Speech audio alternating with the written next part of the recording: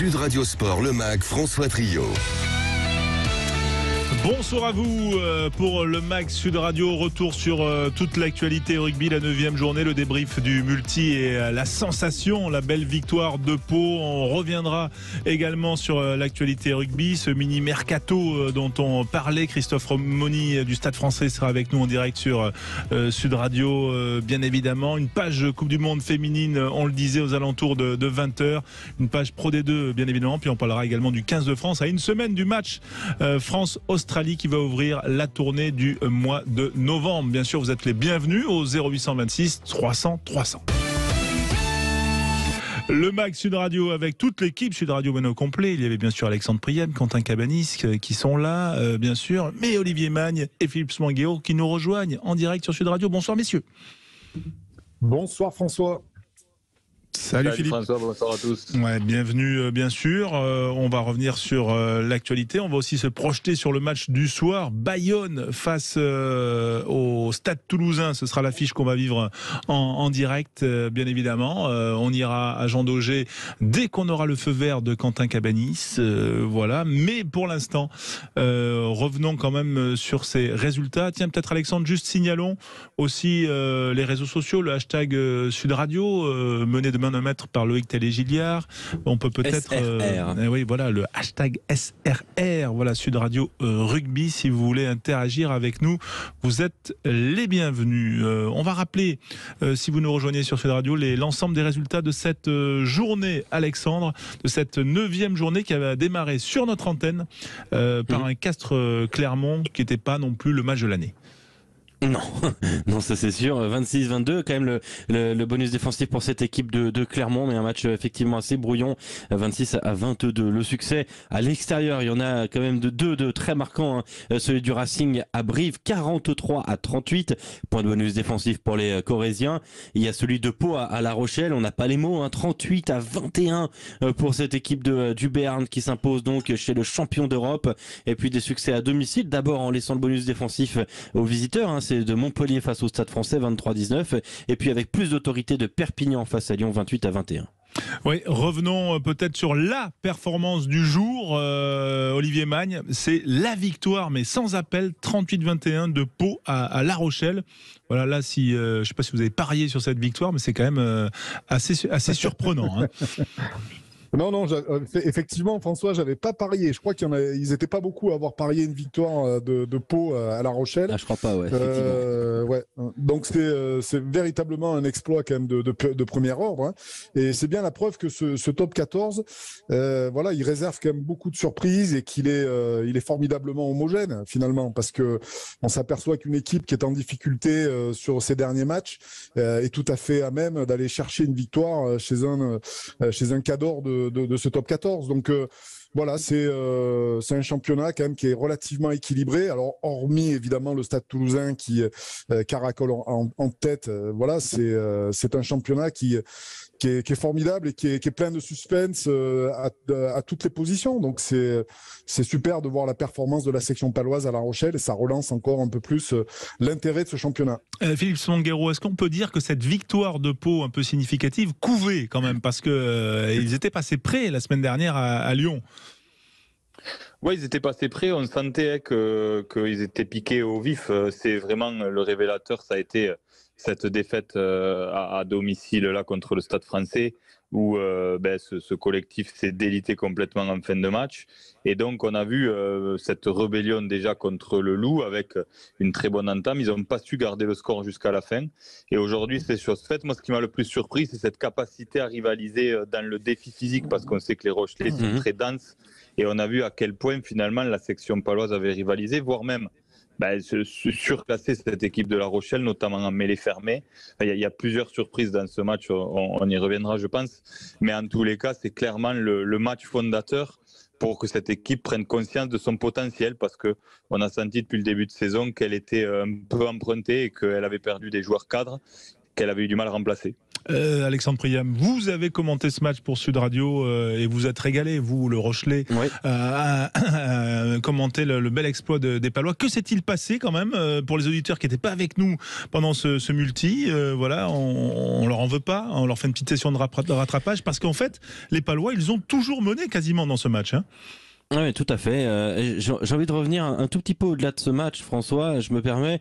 Déjà la semaine dernière à Toulouse, on a eu des images cette semaine, des images hors match proposées par Canal+. On voit l'échauffement de La Rochelle et Grégory Aldrit qui disait les gars, cet échauffement il est scandaleux. Tous les ballons tombent. Si vous n'avez pas envie de jouer, dites-le tout de suite et on fait forfait. Et il hurlait sur ses coéquipiers. Aujourd'hui, rebelote. Alors il n'y avait pas Aldrit, il n'y avait pas Sazi, il n'y avait pas Tanga, il n'y avait pas Antonio, il n'y avait pas, on va dire, les cadres de cette équipe de La Rochelle.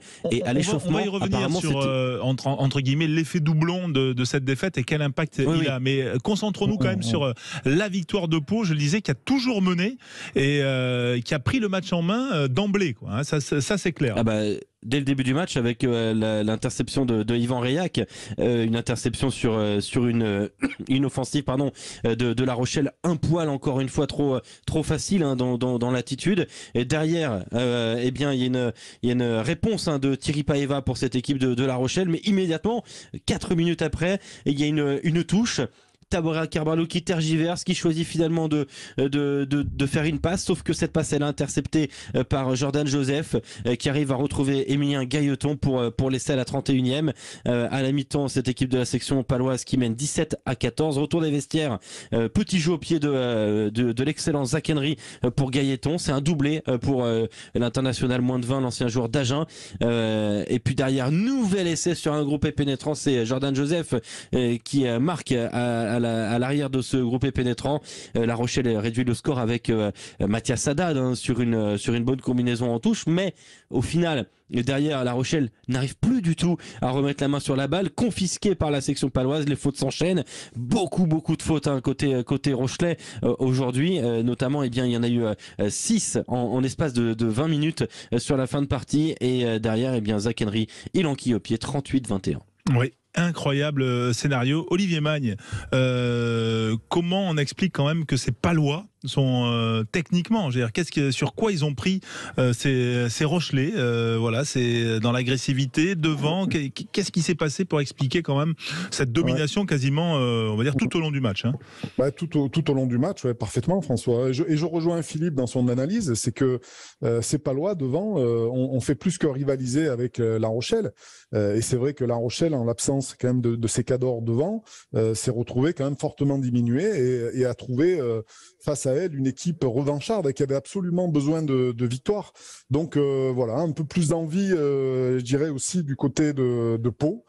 C'est vrai que ce que disait Alexandre sur les réprimandes qu'avait pu faire peut-être Aldrit à ses coéquipiers la semaine dernière, s'est avéré aujourd'hui.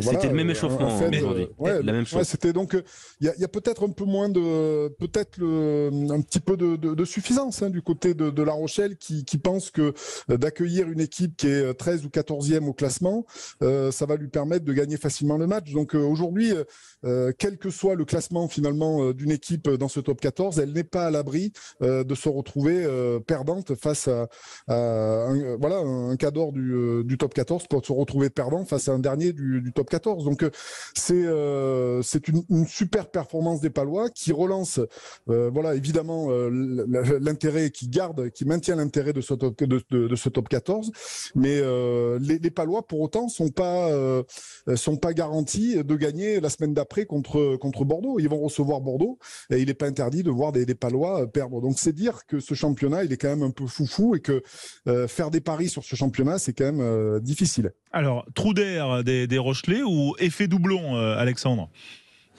C'est difficile à dire. Il y a forcément un petit peu l'effet doublon. Après, l'effectif de La Rochelle, il est assez profond, assez garni et composé de joueurs de talent quand même suffisant pour ne pas offrir une telle rencontre. Moi, je rejoins ce que dit Olivier. Il y a une part de suffisance à l'échauffement. On voyait, je regardais un petit peu l'échauffement. La moitié des coups de pied de Taboret Carvalho allait en touche. On a vu tout à l'heure, d'ailleurs, Quentin Lespio commence un petit peu à l'ouvrir parce que il y avait pas une touche qui était propre, il y avait plein de problèmes à l'échauffement, et derrière, dès les premières actions de ce match, La Rochelle joue large, tout le temps, et au final, cette équipe de Pau, qui est quand même une équipe qui est vaillante devant, ça y a rien à dire, et d'ailleurs elle l'a encore une fois montré aujourd'hui, mais surtout qui aime beaucoup défendre sur la largeur, et bingo, tout simplement cette équipe de La Rochelle, elle n'a pas forcément respecté son rugby, son plan de jeu, j'espère que c'était pas le plan de jeu de La Rochelle, et cette équipe de Pau, qui était très proche d'un coup à Lyon la semaine dernière, et cette fois-ci l'opportunité s'est ouverte. Philippe Sanguero, La Rochelle a le mal du champion, c'est toujours dur de confirmer. Et dans un instant on aura le président de Pau. Super. Philippe, sur La Rochelle, le mal du champion, pour le syndrome du champion, la saison post-titre.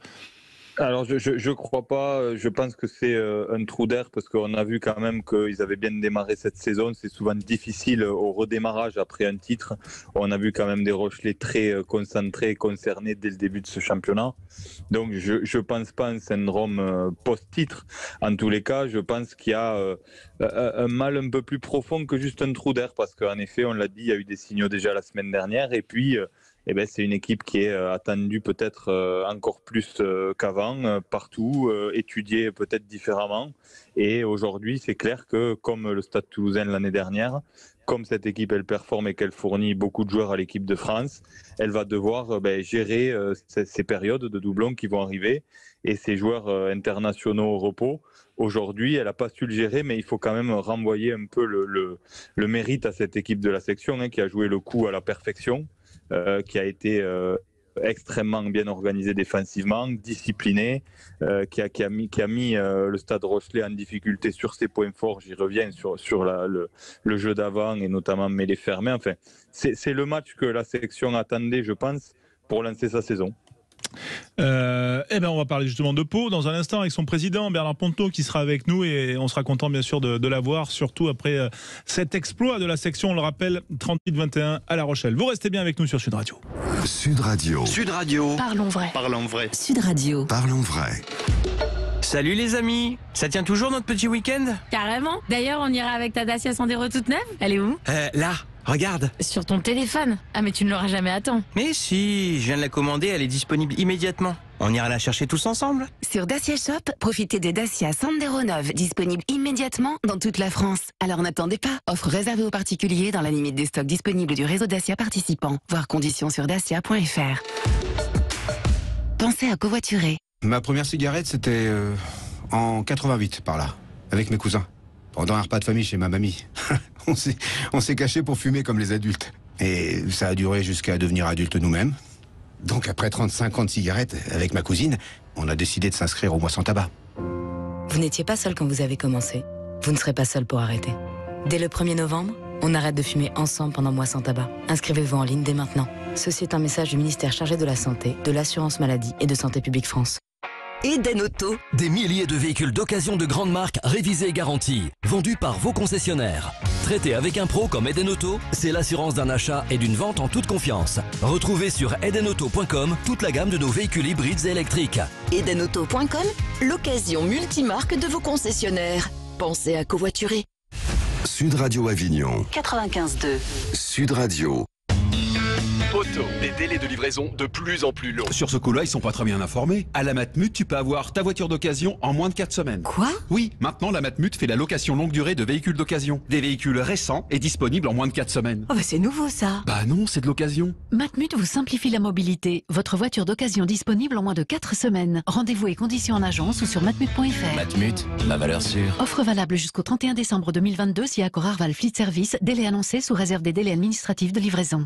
Leclerc. Aujourd'hui, c'est même plus la peine d'attendre Noël pour faire ses courses de Noël. Ah bah t'as raison, vaut mieux s'y prendre à l'avance. Ouais, surtout si tu veux ce coffret de cartes Pokémon Grand Grigou à 24,50 € en exclu chez Leclerc. Oh, ma nièce adore les cartes Pokémon. Par contre, on dit rond grigou. Alors, les jeunes disent rond grigou et moi je dis ce que je veux. Ok, maintenant que tu me passes le coffret.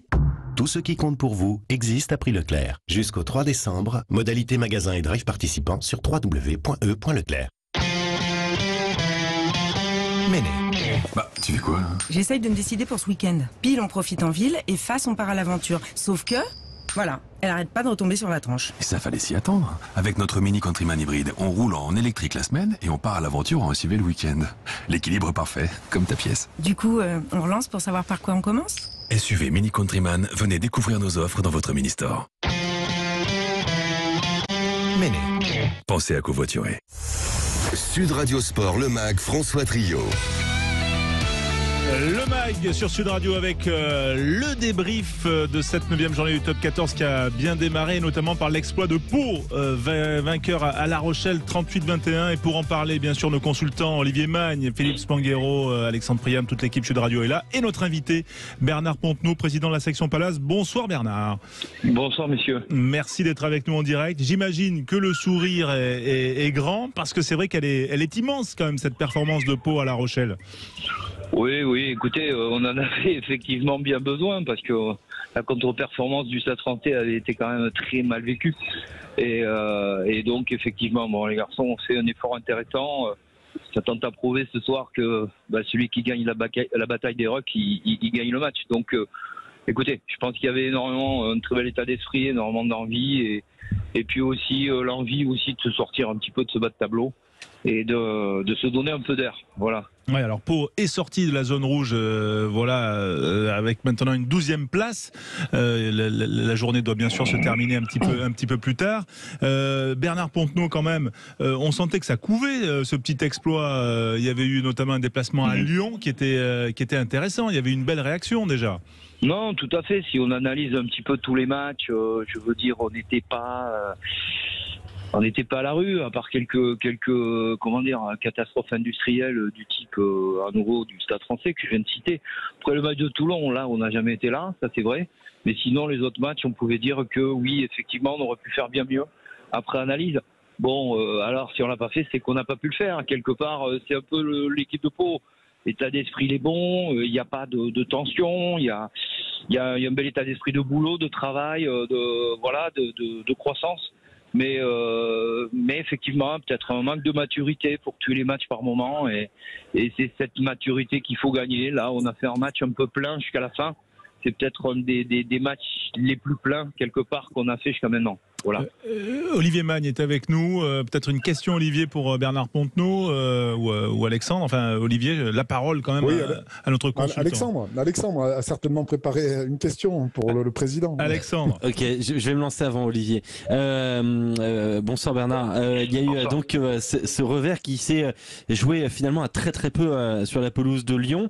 Est-ce que vous avez adressé un message cette semaine aux joueurs ou peut-être au staff entre cette presque victoire à Lyon et ce succès retentissant aujourd'hui à La Rochelle?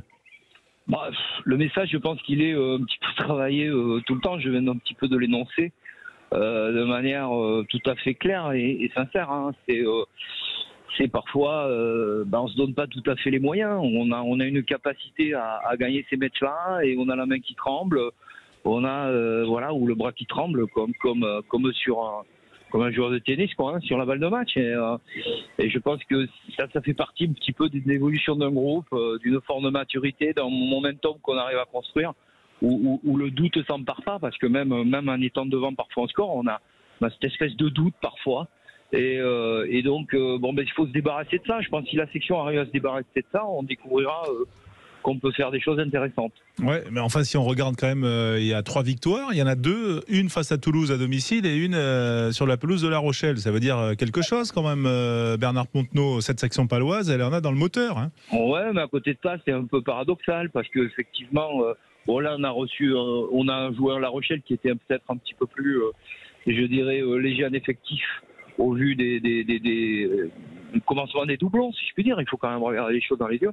Mais on avait joué en Toulouse au complet. Effectivement, pourquoi ? C'est ça, c'est un peu le paradoxe. Et voilà, on en est là. Alors ce soir, est-ce qu'on a fait un pas ? On le verra dans les prochains matchs. Hein. On le verra dans le prochain match. Je pense que si on a un beau mois de novembre, avec déjà le week-end prochain l'arrivée de l'UBB, qui va pas être facile encore, un match compliqué. Et c'est vrai que ce bloc de 10 matchs ne va pas épargner pour jouer, je dirais, les gros du championnat, entre parenthèses. L'ordinateur a mal fait son boulot, l'ordinateur de la Ligue. Philippe Spanghero, une petite question pour Bernard Pontenot. Ouais, rapidement, bonsoir Bernard. Bonsoir. D'abord, ravi pour vous de cette belle victoire qui est, je le disais avant que tu nous rejoignes, je pense, fondatrice et qui va donner beaucoup de confiance à ce groupe. Moi, j'avais une petite question. On en a parlé plusieurs fois en début de saison. C'est vrai qu'il y a des joueurs importants que vous avez perdus à l'intersaison. Donc, il y a de la jeunesse et il y a forcément un peu d'expérience à gagner. Est-ce que tu as ressenti cette difficulté entre guillemets de jeunesse en début de saison, et est-ce que du coup vous êtes en train de travailler à sur des dossiers de recrutement un peu stratégiques?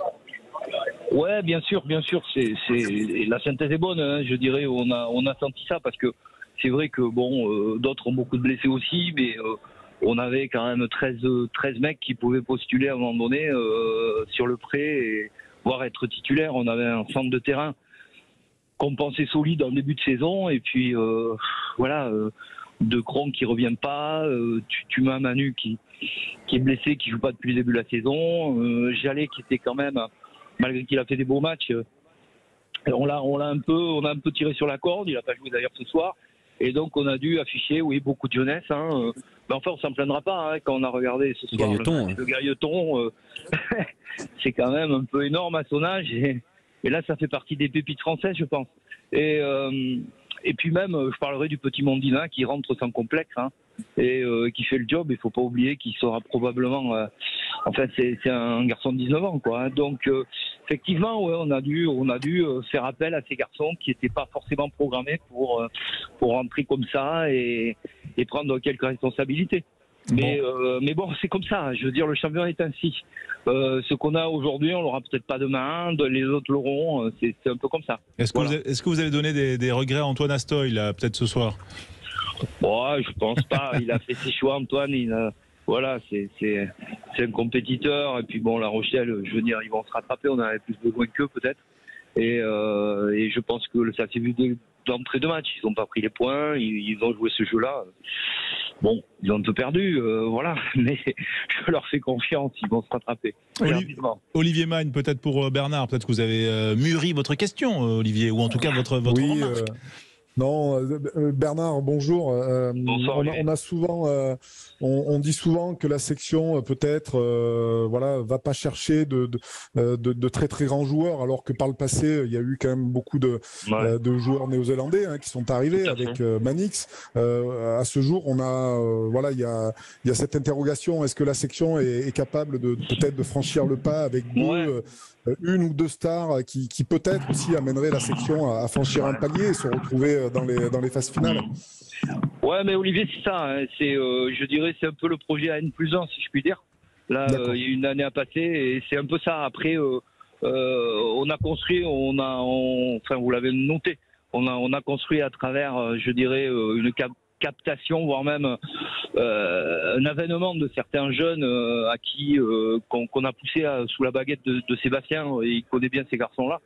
Donc ça a été un choix. Maintenant, effectivement, à N+1, il faudra amener peut-être 2-3 valeurs ajoutées qui amèneront justement beaucoup plus de maturité dans les moments justement où il faudra augmenter cette résilience et pour passer un cap supplémentaire, quoi, et aller challenger beaucoup plus haut. C'est certain.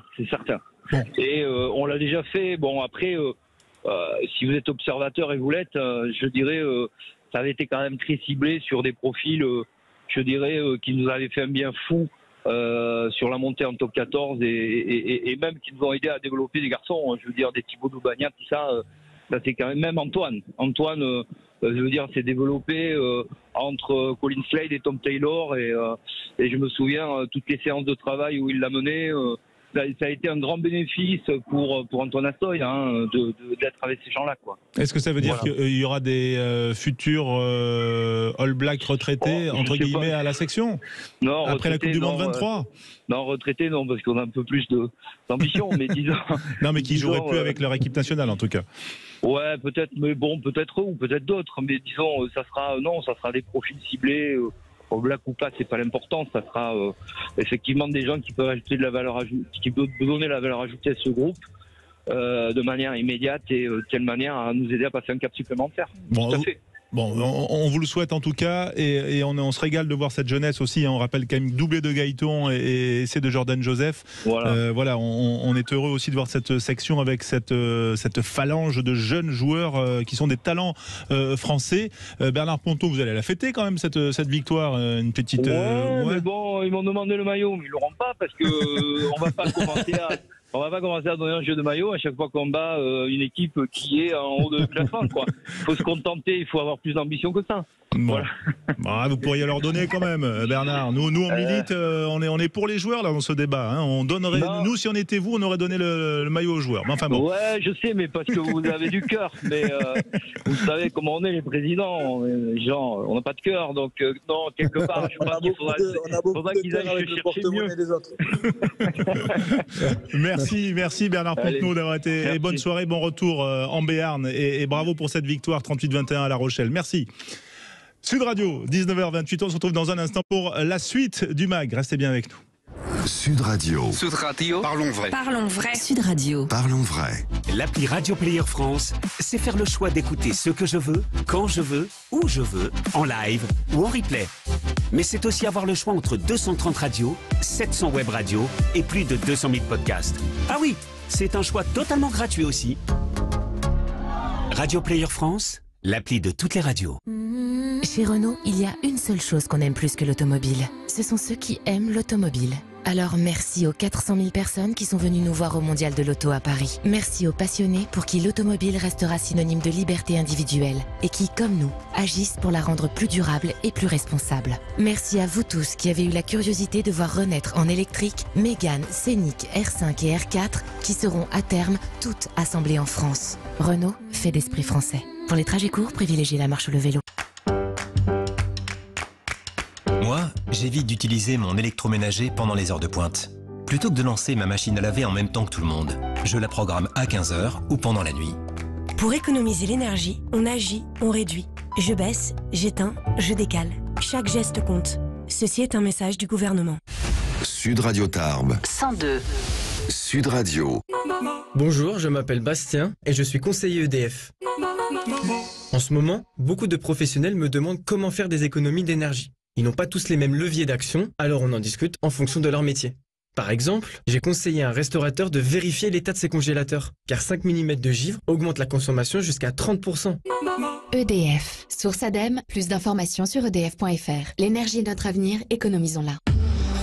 Renault. Aujourd'hui, on essaie tous de consommer autrement. Comme Marc qui remet à neuf son vieux vélo ou Julie qui relook sa commode. Chez Renew, depuis 60 ans, nous révisons et reconditionnons vos véhicules pour leur offrir une nouvelle vie. Les garanties Renew en plus. Et en ce moment avec Renew, repartez avec votre Renault d'occasion prêt à partir et maîtrisez votre budget. 3 ans d'entretien et 3 ans de garantie pour 1 € de plus, pièces et main d'œuvre avec assistance inclus. Renew, nouveau pour vous. Voir conditions sur Renault.fr. Pensez à covoiturer. Sud Radio Sport, le MAG, François Trio. 19h30 sur l'antenne de Sud Radio. Dans un peu plus d'une heure et demie, Bayonne-Toulouse, ce sera le grand match sur Sud Radio. Mais avant cela, le MAG à 20h, une page sur la Coupe du Monde féminine. 19h45, le mini mercato du top 14 provoqué par la crise des clubs anglais. On y reviendra. Et puis actuellement, dans quelques secondes, le tour de l'actualité, bien sûr, avec Olivier Magne, Philippe Spanghero, Alexandre Priam, toute l'équipe Sud Radio, bien sûr, et le flash multisport, Quentin Cabanis, les 3 infos qu'il faut retenir, du foot notamment. PSG s'est fait peur. Exactement, le Paris Saint-Germain s'est imposé dans un match où on a vu énormément de buts, 7 buts au Parc des Princes aujourd'hui, 4 pour le Paris Saint-Germain, 3 pour les Troyens. Paris, c'est simple, hein, pour trouver les buteurs, on prend les mêmes que cette semaine en Ligue des Champions. C'est Soler qui a ouvert la marque, ensuite but de Messi, de Neymar et de Kylian Mbappé. Le Paris Saint-Germain donc qui conforte sa place de leader au classement de la Ligue 1. Le Dauphin, c'est Lens qui a battu Toulouse hier 3-0 pour s'assurer d'être deuxième à l'issue de cette 13e journée. Et puis Strasbourg va recevoir ce soir à 21h l'Olympique de Marseille. Un mot de rugby puisque on joue en ce moment entre l'Écosse et l'Australie et ce sont les Écossais qui sont devant au score après 44 minutes de jeu. François, l'Écosse qui mène 12-7 6. C'est à Édimbourg, donc à domicile pour les Écossais qui ont choisi de se priver de Finn Russell qui a été excellent aujourd'hui avec le Racing. Oui. Toujours en rugby, un mot de rugby féminin puisqu'il y avait les quarts de finale de la Coupe du Monde aujourd'hui et les Françaises ont battu l'Italie 39-3 alors que la Nouvelle-Zélande a battu le Pays de Galles 55-3. Les deux équipes se retrouveront donc en demi-finale à l'Eden Park à Auckland. Ce sera le 5 novembre à 7h30 heure française. Toujours en rugby, les All Blacks ont entamé leur tournée d'automne par une victoire contre le Japon 38-31. Et puis il y aura aussi du basket aujourd'hui, François, avec de la Betclic Elite. Pas facile, pas facile, c'est pas facile à dire. Exactement, la Pro A avec des matchs à partir de 20h aujourd'hui avec par contre une rencontre qui a eu lieu un petit peu plus tôt dans la journée. C'est Blois qui a affronté Limoges et Limoges est imposé 95-68. Pour les autres matchs, il y aura Paula Cortez contre Le Portel, Nanterre, Gravelines, Bourg-en-Bresse, Boulogne-Levallois qui sera disponible bientôt sur les applications NBA et puis Le Mans, Roanne et Paris-Cholet. Voilà pour les affiches de Pro A. Oui, j'ajouterai 2 informations supplémentaires si vous me permettez. J'imagine. Benzema qui jouera pas demain avec le Real Madrid. On est quand même à 3 semaines du mondial. C'est pas forcément une bonne nouvelle, mais en tout cas c'est sans doute à suivre. Voilà, et ça intéresse l'équipe de France de foot. Et puis effectivement du tennis avec 2 finales. Une finale Medvedev-Shapovalov, ce sera à Vienne. C'est des ATP 500, c'est des gros tournois. Et puis à Bâle, il y aura Auger Aliassime qui a battu Alcaraz, le numéro 1 mondial en 2-7 et qui est sur une belle série et qui affrontera le jeune Rune, le Norvégien. Voilà pour l'info tennis. Le tour de l'actualité avec nos consultants Philippe Spanghero, Olivier Magne, et la parole à Philippe Spanghero pour commencer. Qu'est-ce qui a retenu votre attention cette semaine ou ces derniers jours, ces dernières heures, ces dernières minutes, Philippe? Pour être honnête, je voulais parler bien sûr de nos filles, mais ça fait partie d'un sujet à part entière tout à l'heure. Alors, je me suis arrêté sur une info dont on a parlé déjà hier soir, qui concerne les Anglais qui ont officialisé le fait, vous savez, de mettre les noms sur le nom des joueurs sur les maillots. Ça a toujours été un vrai débat dans le rugby. On n'a jamais franchi le pas réellement. Et là, les Anglais le font vraiment. Et on va voir ce que ça va donner et à quel point ça va servir potentiellement le merchandising. Puisqu'on en a parlé hier. La Fédération française de rugby, de son côté, a officialisé ces nouveaux maillots cette semaine. On en a parlé. C'est un enjeu aujourd'hui pour les fédérations, le merchandising et notamment les ventes de maillots. Et puis, il y a aujourd'hui forcément des joueurs qui sont plus tête d'affiche que les autres et qui permettent de vendre des maillots plus facilement si les noms apparaissent sur les numéros. Alors, moi qui suis un peu vieille France, j'y étais pas forcément favorable parce que je trouvais l'impact économique limité.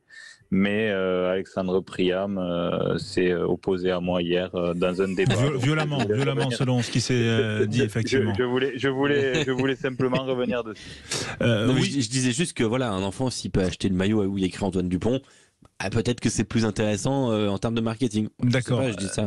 C'est effectivement intéressant. Ceci dit, c'est pas très rugby. On a envie de faire réagir Olivier, qui a quand même porté le maillot de l'équipe de France 90 fois.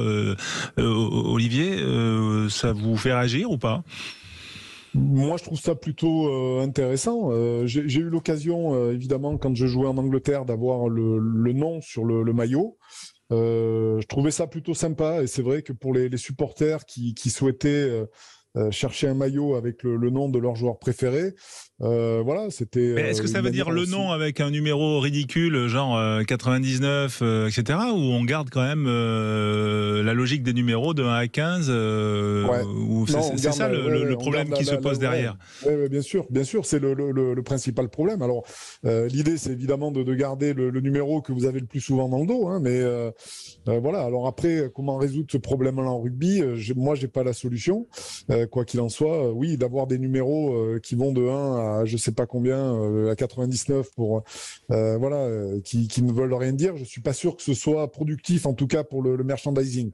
Mais en tout cas, de mettre le numéro de 1 à 23, oui, ça peut certainement le faire. Philippe, sur ce point-là, justement, il faut aussi réussir à canaliser un peu ces numéros. Oui, on met le nom, mais on garde les numéros de 1 à 23. Oui, je pense que là quand même on est obligé, on n'est pas prêt à aller aussi vite, aussi loin. culturellement, voilà, le rugby n'est pas prêt à ça. En tous les cas, quoi qu'il arrive, c'est vrai que les enjeux économiques font leur apparition. Les noms, c'est assez culturel en Angleterre, mais ça va devenir un sujet pour toutes les fédérations par rapport encore une fois au merchandising dont on parlait tout à l'heure. Mais on va se limiter en effet du 1 au 23. Je pense qu'on n'est pas prêt à aller plus loin pour l'instant. Et au-delà de ça, je pense que par rapport au règlement World Rugby, il doit y avoir une impossibilité de faire autrement. Donc, oui, voilà, il va falloir que les gardiens du temple n'aillent pas trop loin, entre guillemets, parce qu'on peut aussi imaginer qu'à la place du nom, on mette un sponsor. Ça peut aussi être l'étape d'après. C'est le cas déjà dans le rugby des clubs, mais en sélection nationale, notamment pour les compétitions comme les Coupes du Monde, il y a l'interdiction de l'apparition de sponsors. Donc là, pour le coup, mettre le nom doit pouvoir être autorisé. Voilà, ça amène plusieurs discussions. En tous les cas, on verra comment, avec quel succès les Anglais réussissent cette opération. Et puis, pour donner des idées chez nous et dans les autres fédérations à l'avenir. Le tour de table de l'actualité avec toute l'équipe Sud Radio, c'est au tour d'Olivier Magne. Qu'est-ce qui vous fait réagir cette semaine ? La semaine dernière, François, on parlait de ce jeune basketteur, Victor Wembanyama, qui jouait à Levallois et qui a défrayé un petit peu la chronique, notamment avec 2 matchs aux États-Unis où il a rayonné, il a fait réagir les plus grandes stars de la NBA. 2m21, on le rappelle pour ceux qui... 2m19, 2m21, il est grand. Trop, voilà. Et figurez-vous que les matchs de Victor Wembanyama avec Levallois seront diffusés sur les plateformes de la NBA.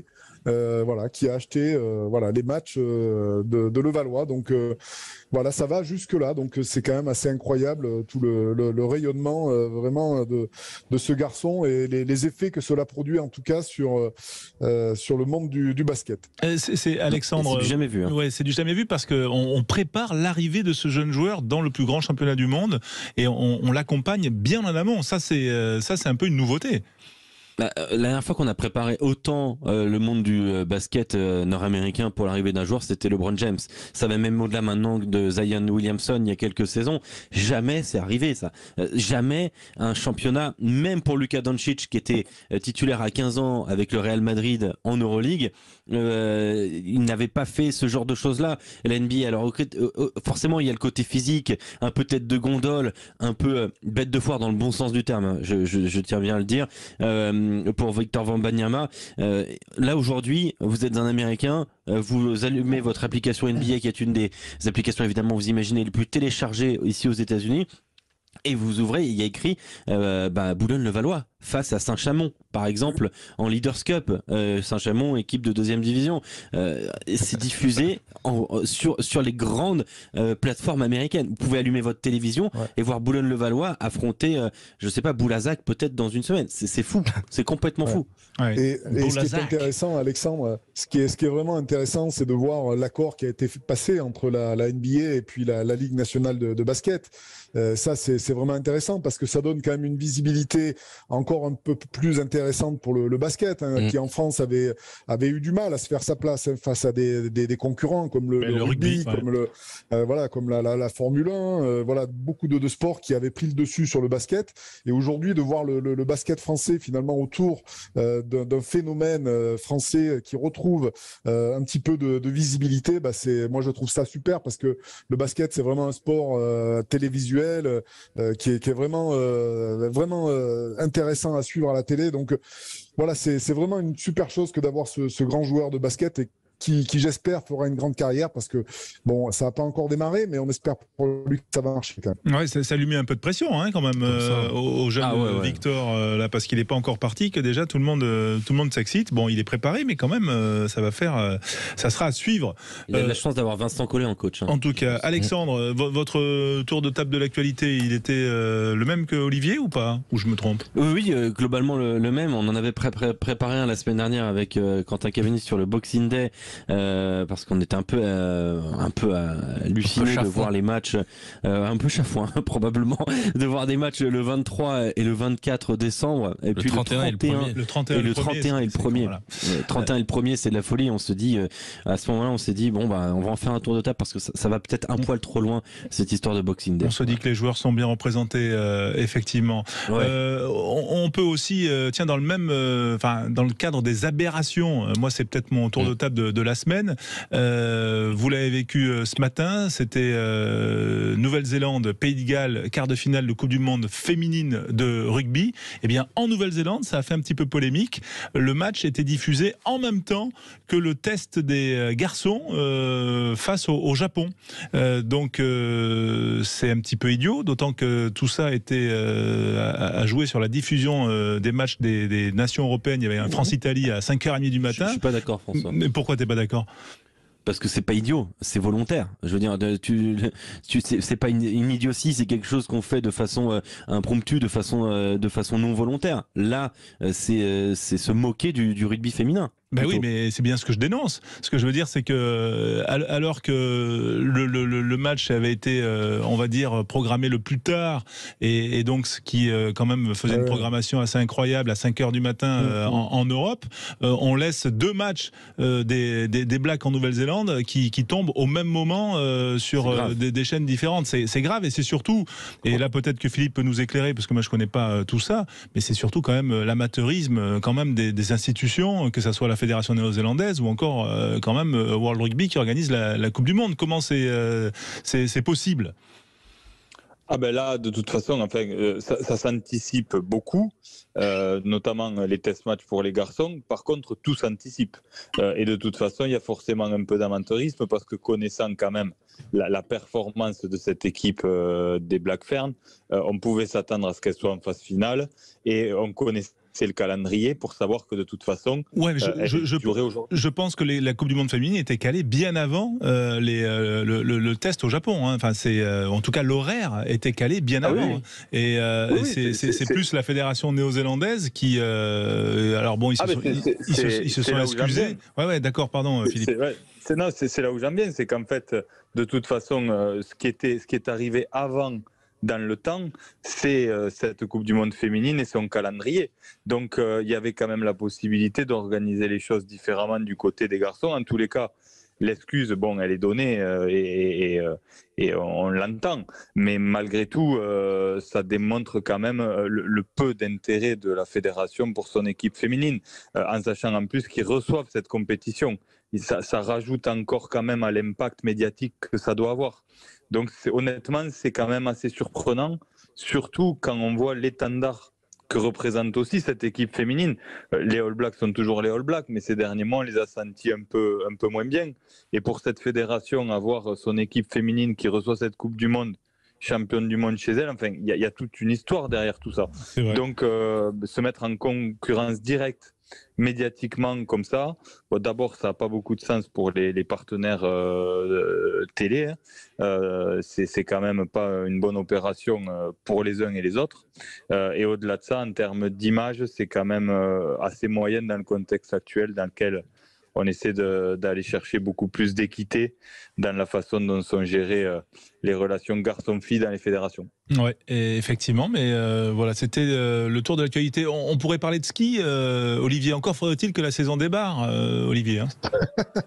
Ben, c'est le réchauffement climatique, François, voilà, qui pose problème avec le ski. Mais ça va démarrer, rassurez-vous, ça va démarrer. Voilà, on va véritablement voir les Français sur le devant de la scène. Ça leur donne un petit peu de répit parce que j'ai cru comprendre que les Français avaient des petits soucis de réglage avec le matériel pour certains, et donc ça décale un petit peu, et donc ça va permettre à tous nos champions français d'être prêts pour cette saison, et surtout pour les championnats du monde qui auront lieu en France l'année prochaine. À Courchevel, effectivement. Mais trêve de plaisanterie, parce qu'on en a souri, mais c'est vrai quand même que aussi ce qui fait débat après, c'est la façon dont les pistes avec la neige artificielle vont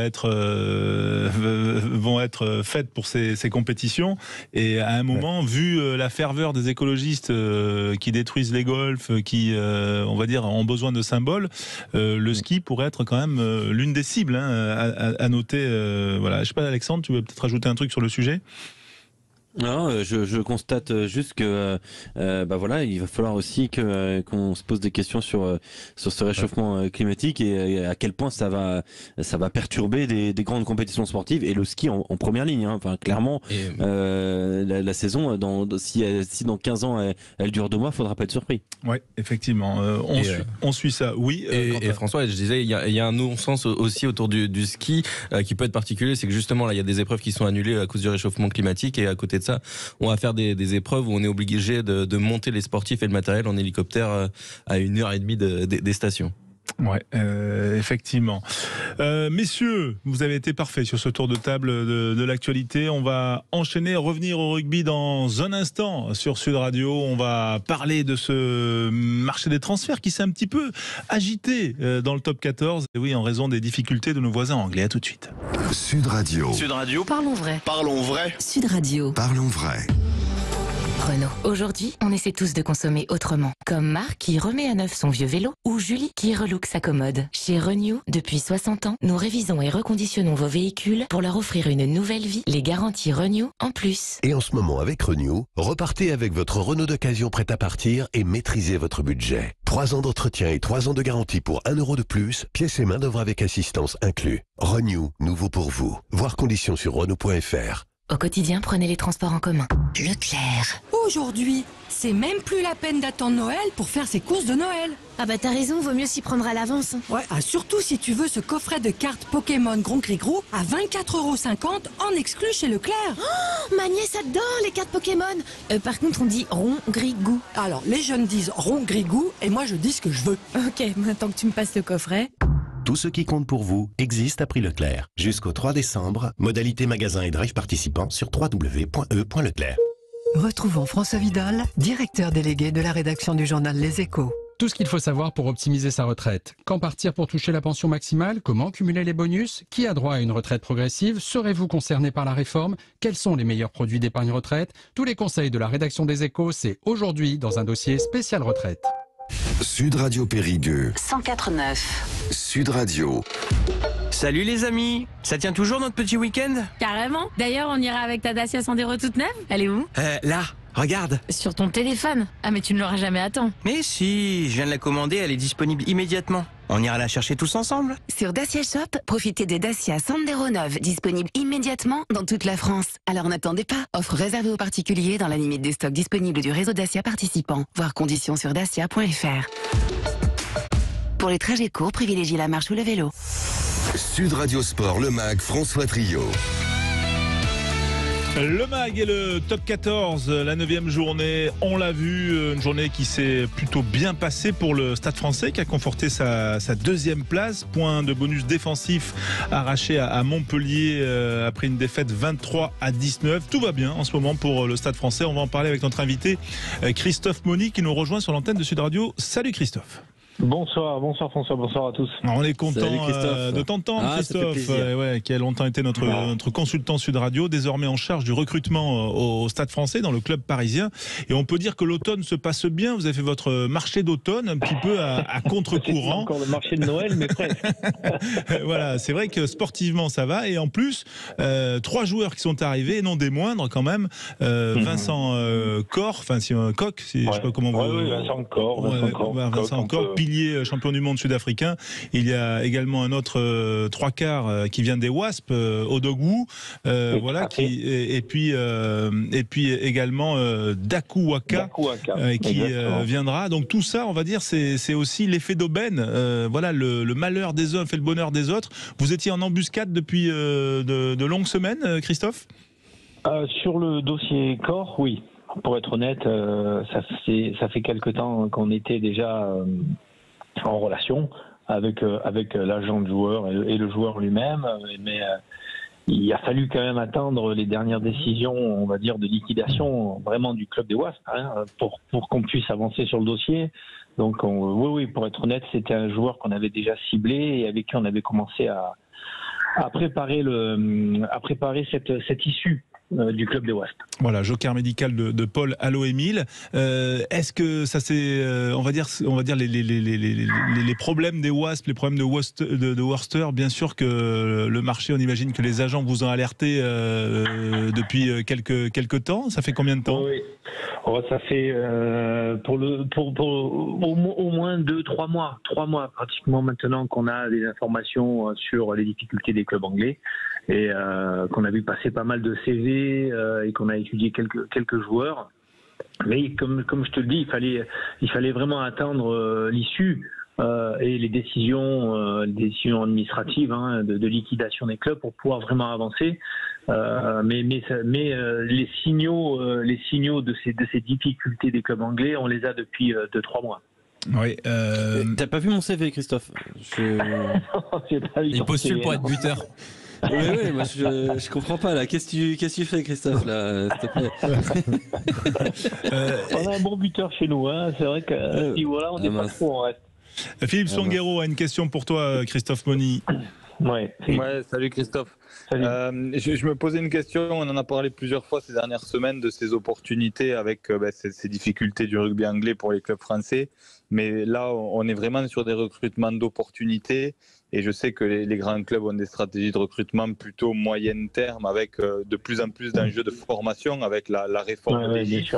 Donc, est-ce que tout ça perturbe pas trop votre vision? Enfin, vous le faites forcément en conséquence, mais j'imagine qu'il y a quand même tout un tas d'opportunités sur le papier intéressantes financièrement, mais que vous pourrez pas prendre. Oui, complètement. Et pour être honnête, c'est vrai que ce sont des recrutements un peu opportunistes, mais nécessaires, puisque c'est souvent des jokers médicaux en fait. Ce sont des joueurs qui viennent là en remplacement de nos joueurs blessés. Heureusement qu'on avait nous aussi encore une enveloppe suffisante pour pouvoir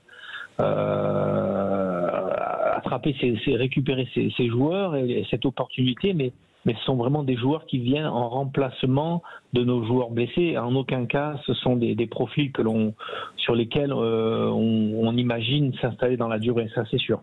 Ça, c'est vraiment sur l'aspect remplacement des joueurs qui sont blessés chez nous. Voilà, administrativement, c'est-à-dire que Koch, il est venu en remplacement de Allo-Émile, donc on va dire c'est exactement le même profil administratif, on va dire. Voilà. Exactement. L'enveloppe, Christophe Moni, tu en parlais. Est-ce qu'il a fallu les renégocier avec le propriétaire du Stade Français ou c'était déjà prévu budgétairement depuis la fin de saison dernière? Ah non, tu sais, de toute façon, tu as un salary cap au top 14. Donc si tu n'as plus rien au salary cap, tu peux plus rien acheter. Nous, on avait la chance d'avoir encore une enveloppe suffisante pour pouvoir se récupérer ces joueurs-là. Mais si on n'avait pas eu cette enveloppe, on n'aurait jamais pu les récupérer. Ça, c'est sûr. Et même en allant quémander de l'argent à notre propriétaire, on n'aurait pas pu parce que on ne peut pas dépasser le salary cap de toute façon. Ouais, il fallait rester dans les clous. Alexandre Priam. Ah non, Olivier. Olivier qui voulait. Salut Christophe. Salut Charles. Christophe, est-ce que c'est à dire que ces négociations finalement avec les circonstances et la situation des clubs anglais ont permis finalement d'avoir ces joueurs beaucoup moins chers qu'ils auraient pu l'être finalement en temps normal? Oui, alors j'ai envie de te dire que sur le profil de notre joueur international sud-africain, ça n'a pas été simple non plus, mais on a peut-être bénéficié quand même un petit peu de cette situation, effectivement, et que les joueurs se trouvant un peu en difficulté, le choix étant très limité en Angleterre, eux aussi, de leur côté, finalement, on a pu bénéficier aussi de cette situation, financièrement, évidemment. Ouais. Question d'Alexandre Priam, courte et concise. Courte et concise. Christophe, est-ce que là, pour les prochains recrutements, on vise quasiment maintenant que des profils GIF dans les équipes de top 14? Est-ce que cette donnée maintenant est tellement importante qu'elle est presque envahissante dans les données de recrutement?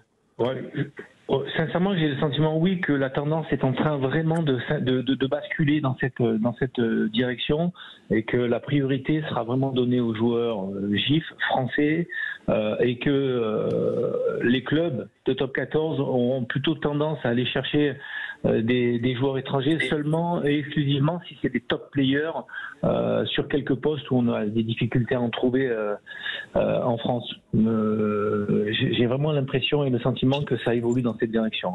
Une petite question, est-ce que c'est plus facile, et ça sera l'une des dernières, est-ce que c'est plus facile de recruter quand on est deuxième du championnat? Est-ce que ça compte là, même là, conjoncturellement, voilà, quand tu finalises avec certains joueurs? Oui, sincèrement, oui. J'ai un petit peu l'impression quand même que cette dynamique sportive nous porte un peu, nous facilite effectivement. Elle a certainement joué pour Vincent Cor, hein, le joueur, le pied droit sud-africain.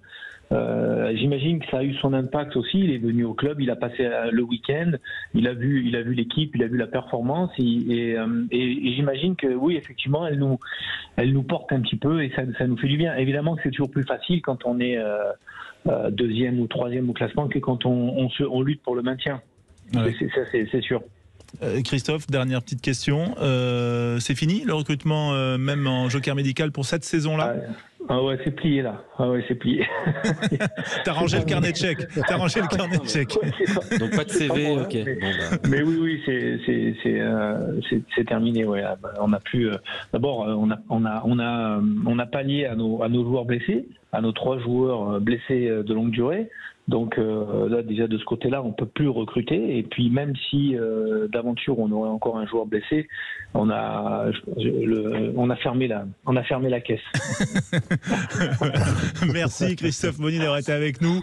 Et puis voilà, le sourire aussi pour ce Stade Français qui revient de Montpellier avec un point de bonus défensif. Je t'envoie mon CV, Christophe. Allez, merci, c'est pour cet éclairage intéressant. Et voilà, on reviendra bien sûr vers toi sur ce type de sujet avec grand plaisir. Excellente soirée, Christophe. À très vite sur notre antenne. On se retrouve dans un instant. Le temps de remercier également Philippe Spanghero qui doit nous quitter. On se retrouve très vite, Philippe, sur l'antenne, bien évidemment, avec l'équipe Sud Radio. Monsieur. Et puis à suivre l'info. Et dans un peu plus d'une heure, le Bayonne-Toulouse sur Sud Radio.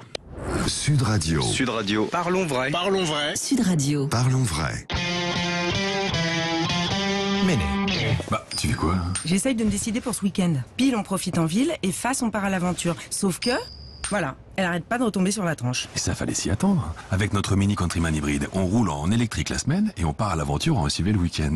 L'équilibre parfait, comme ta pièce. Du coup, on relance pour savoir par quoi on commence? SUV Mini Countryman, venez découvrir nos offres dans votre mini-store. Méné. Pour les trajets courts, privilégiez la marche ou le vélo. À tout instant, écoutez Sud Radio, en voiture, au travail, depuis votre smartphone. Installez l'application Sud Radio depuis le Google Play ou l'App Store. Se sentir en pleine forme, c'est essentiel, non? Chez Basic Fit, vous faites du sport avec qui et comme vous voulez. Rejoignez Basic Fit. Maintenant et temporairement, 4 semaines offertes et un sac de sport. Plus que 3 jours pour en profiter. Basic Fit, go for it. Lancez-vous. Offre valable du 22 août au 31 octobre 2022 pour toute nouvelle souscription d'1 an. Conditions sur basic-fit.fr. Écoutez Sud Radio Le Havre en DAB+. Sud Radio. Tu connais Zalando? Bah oui, j'adore. Et Zalando Privé? Non, dis-moi tout. Avec Zalando Privé, t'es invité à des ventes privées de marques hyper tendance. Tous les jours, tu découvres des nouvelles sélections mode, maison, accessoires et tu économises jusqu'à 75%. 75%? C'est quoi l'adresse de ton bon plan? ZalandoPrivé.fr. Réduction effectuée par rapport au prix de vente conseillé. Détail de l'offre sur ZalandoPrivé.fr. Ça, c'est Emma qui ne dort pas à cause d'une méchante angine. Ça, c'est Emma à qui on a donné des antibiotiques pour la soulager de sa méchante angine. Et ça, c'est Emma qui, n'est pas soulagée parce que les antibiotiques, ça ne marche pas contre les virus comme celui de sa méchante angine. Allez, courage Emma. Et courage les parents. Les antibiotiques, bien se soigner, c'est d'abord bien les utiliser. Pour en savoir plus, rendez-vous sur antibiomalin.fr. Ceci est un message du ministère de la Santé et de la Prévention, de l'Assurance Maladie et de Santé Publique France. L'appli Radio Player France, c'est faire le choix d'écouter ce que je veux, quand je veux, où je veux, en live ou en replay. Mais c'est aussi avoir le choix entre 230 radios, 700 web radios et plus de 200 000 podcasts. Ah oui, c'est un choix totalement gratuit aussi. Radio Player France, l'appli de toutes les radios. Vous écoutez Sud Radio, il est 20h passé d'1 minute. Parlons vrai. On continue de parler vrai dans le MAG sur Sud Radio dans 1 heure. Bayonne face à Toulouse. Et puis dans quelques minutes, nous allons parler juste après le flash de la Coupe du Monde féminine de rugby et des Françaises qualifiées pour les demi-finales. Mais pour l'heure, le flash, Jeanne Billard qui est avec nous. Bonsoir Jeanne. Bonsoir à tous. Un garçon de 11 ans retrouvé mort sur les berges de l'Uvaune à Marseille cet après-midi. Sa mère avait signalé sa disparition hier. Il souffrait de troubles de l'autisme. Selon les premiers éléments, son corps présentait des plaies à l'arme blanche. À la une de l'actualité également, de violents affrontements cet après-midi entre les forces de l'ordre et les opposants au projet de méga-bassine dans les Deux-Sèvres. Entre 4 et 5 000 personnes se sont rassemblées cet après-midi à Sainte-Soline malgré l'interdiction préfectorale. Ils dénoncent un accaparement de l'eau par l'agro-industrie. Une dizaine de personnes ont été blessées et 6 manifestants ont été interpellés. À l'étranger, des dizaines de personnes en arrêt cardiaque à Séoul. 140 ambulances ont été déployées dans la capitale sud-coréenne pour prendre en charge les victimes. Selon les pompiers sur place, un immense mouvement de foule aurait eu lieu lors des célébrations d'Halloween. Le président a demandé aux hôpitaux de se préparer à accueillir les blessés. Au moins 59 personnes sont mortes et 150 ont été blessées. L'appel des Nations Unies à préserver l'accord sur les exportations de céréales ukrainiennes. La Russie a annoncé aujourd'hui suspendre sa participation suite à une attaque de drone contre ses navires en Crimée. Le porte-parole du secrétaire général de l'ONU a rappelé ce soir l'impact positif de cet accord pour l'alimentation de millions de personnes dans le monde. Un hommage national à Pierre Soulages. Il sera organisé mercredi prochain au Louvre, a annoncé l'Élysée aujourd'hui. Le peintre connu pour sa maîtrise du noir est décédé dans la nuit de mardi à mercredi dernier, à l'âge de 102 ans. La cérémonie sera présidée par Emmanuel Macron à partir de 15h. Et puis on termine avec un mot de foot, la 13e journée de Ligue 1 ce week-end. Le PSG s'est difficilement imposé contre 3 ce soir au Parc des Princes. Victoire 4-3 des Parisiens avec des buts de Mbappé, Messi et Neymar. À suivre ce soir, Marseille qui se déplace sur la pelouse de Strasbourg. Coup d'envoi à 21h. On se retrouve très vite pour un nouveau point d'actu. Très belle soirée à tous. Sud Radio Sport, le MAG, François Trio. Avec vous les auditeurs Sud Radio passionnés de sport et de rugby bien sûr. Olivier Magne toujours avec nous, notre consultant Sud Radio, Alexandre Priem, Quentin Cabanis, toute l'équipe Sud Radio est là bien sûr. Et Arnaud Rey également qui est dans les tribunes de Bayonne. Bayonne-Toulouse, c'est l'affiche. Voilà une affiche un petit peu doublonnée pourrait-on dire, mais une belle affiche tout de même. Salut Arnaud.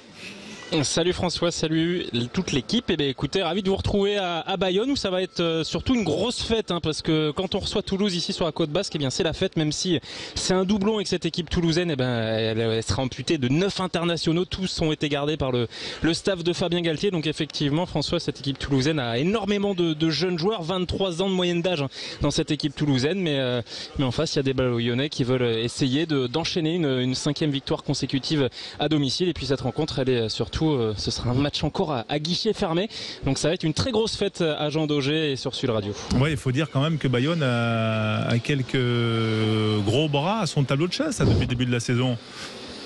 Ouais, effectivement, les Bayonnais qui ont fait tomber le Racing d'entrée pour la première réception. Ensuite, ils ont enchaîné avec l'UBB, La Rochelle et la semaine dernière, ils se sont imposés au forceps face à Perpignan. Donc, c'est une équipe qui se plaît bien à domicile, ça fonctionne bien pour les Bayonnais à domicile. Et pour un promu en top 14, franchement, pour l'instant, ils réussissent un premier long bloc de top 14, vraiment pas mal. Mais ce match ce soir est important pour prendre des points. Et puis, surtout, vu les résultats des autres équipes en duel pour le maintien, c'est important pour Bayonne de continuer face à Toulouse. Donc le doublon vient un point nommé, j'ai envie de dire, pour les Bayonnais. Voilà, c'est Bayonnais donc qui se prépare à accueillir les Toulousains dans 1 heure. Le coup d'envoi, on va vivre ce match en intégralité sur Sud Radio.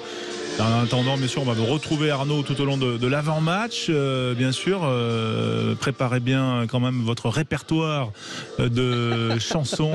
Je m'échauffe la voix. Mais bien sûr, voilà, il ne faut pas rigoler. Voilà, on va parler de rugby féminin et on sait quand même que l'équipe de France féminine doit beaucoup au rugby bayonnais, à l'AS Bayonne notamment, Céline Ferrer, Pauline Bourdon qui sont aujourd'hui au Stade Toulousain mais ont longtemps porté les couleurs de l'AS Bayonne et elles font les beaux jours des Bleus. Oui, parce que nous parlons de la Coupe du Monde féminine. Alexandre, on peut le dire, les Françaises ont atteint leur objectif. C'était au minimum le dernier carré, la demi-finale. Ouais, après qu'on ait entendu Charles Badoren et Elliot Sheehan à l'instant, effectivement, la France a battu. Et ça, le score, je trouve, est parfois un peu trompeur. 39-3. Alors les Bleus ont dominé totalement cette partie, mais alors ça a été long. Ça a été très très long à se mettre en place du côté de Whangarei dans l'île du Nord. On a eu une petite crainte quand même. Moi longtemps, j'étais un peu pessimiste pour être honnête, François. Oui, mais parce que parfois, essais donc marqués. Parfois vous êtes un petit peu émotif. Pour en parler avec nous, Laura Di Muzio, consultante sur TF1 et qui commande ces matchs de l'équipe de France à des heures un petit peu assez biscornues, et on est content de l'avoir avec nous, Laura. Bonsoir Laura. Bonsoir François, bonsoir à tous. En effet, je suis en train de perdre des minutes précieuses de sommeil. Heureusement que c'est pour être avec vous. Merci, oui, parce que vous allez remettre ça à 2h30, Angleterre-Australie, 3e quart de finale de cette Coupe du Monde. La France qui retrouve la Nouvelle-Zélande, Laura, c'est un peu la logique quand même qui est respectée, mais c'est important d'avoir atteint cet objectif, on va dire, minimal pour les Bleus. Oui, clairement, c'était l'objectif annoncé, aller au minimum en demi-finale. Alors c'est vrai que la manière était peut-être pas la meilleure, puisque le parcours des Bleus était assez chaotique, les scores sont éloquents, le bonus était présent quasi à chaque fois, à part la défaite contre l'Angleterre, mais c'est vrai qu'on a du mal à s'y mettre, on a du mal à se mettre en place, beaucoup d'imprécisions. Donc le travail est fait, mais il va falloir sortir une prestation de haut vol contre les Néo-Zélandaises, qui sont chez elles et qui n'attendent qu'une chose, c'est la finale. Oui, effectivement, les Néo-Zélandaises qui ont balayé les Galloises après avoir eu un petit quart d'heure un peu diesel. Voilà, le score, je crois, c'est 55-3 ou quelque chose comme ça. Enfin bref, c'est large. Je ne sais pas si Olivier, vous êtes levé, vous, à 5h30 du matin pour regarder ce match? J'étais pas levé. Julien Thomas s'est réveillé. Alors, je pense qu'il devait sortir de soirée, mais en tout cas... Voilà. Mais en fait, il s'est pas couché. Le résumé, évidemment, j'ai regardé les résumés des matchs, et c'est vrai que voilà, c'est pas complètement abouti du côté des Bleus, mais voilà, j'ai l'impression aussi qu'il y a une forme peut-être de confiance aussi qui se construit à travers ces matchs, même s'ils sont pas complètement aboutis. Il y a quand même des victoires, il y a des joueuses qui attendent peut-être le gros morceau contre la Nouvelle-Zélande pour véritablement sortir une performance collective. Et en tout cas, c'est tout ce que l'on espère, mais voilà, c'est pour l'instant une Coupe du Monde réussie. D'aller en demi-finale, c'est quand même pas rien. Oui, c'est vrai. On va dire, si on va voir le verre à moitié plein, Laura Di Muzio, c'est qu'elles n'ont pas encore fait le match abouti. Elles ont fait un match défensif abouti en poule contre l'Angleterre. Pour l'instant, elles n'ont pas fait le match total. C'est peut-être maintenant, samedi prochain, 7h30, que ça va arriver face aux Néo-Zélandaises. Ah oui, de toute façon, on sait que l'équipe de France aime se frotter aux grosses écuries. On a vu la prestation qu'elles ont réalisée contre l'Angleterre. Elles ont failli faire douter les futurs champions du monde, je crois trop aux Anglais, excusez-moi. Non, les futurs champions du monde, c'est nous, bien sûr. Mais clairement, on sait que défensivement, elles sont en place. C'est là qu'elles vont pouvoir faire douter les Néo-Zélandaises qui, en fait, pour l'instant, n'ont pas eu d'opposition. Les Néo-Zélandaises ont déroulé, elles ont balayé tout le monde sur leur passage.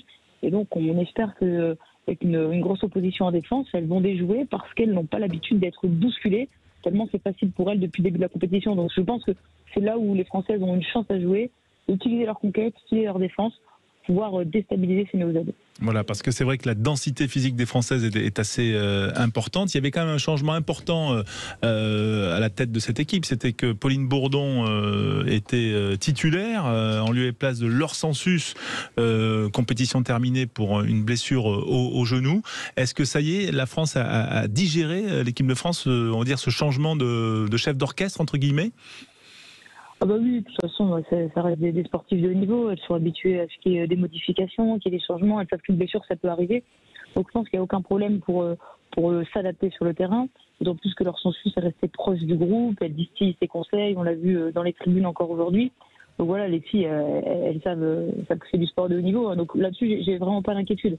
La question maintenant, c'est que tout le monde va devoir hausser son niveau d'un cran pour faire encore mieux que ce qu'on a fait contre l'Angleterre, à savoir défensivement, on est au taquet, mais offensivement, on est pragmatique et on marque dès qu'on pénètre dans les 22. Alexandre Priam, question pour Laura Di Muzio. Justement, je voulais revenir sur tes mots, Laura, sur l'idée du pragmatisme offensif.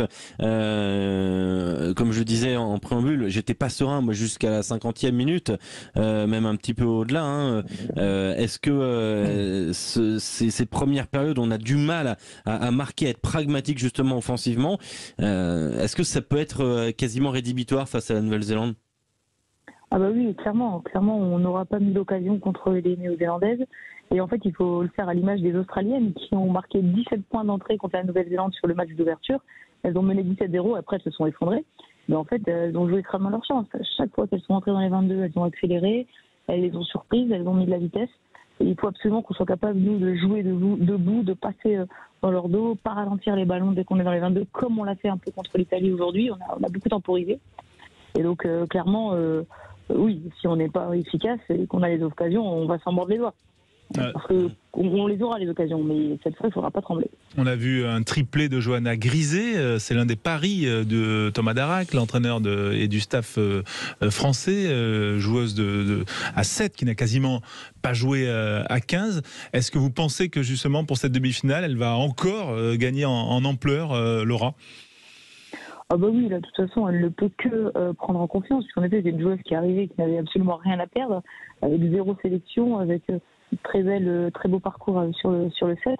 Donc là, elle est, je pense, vraiment en toute confiance, d'autant plus qu'elle a rempli le contrat aujourd'hui, 3 essais, elle a aussi la confiance du staff.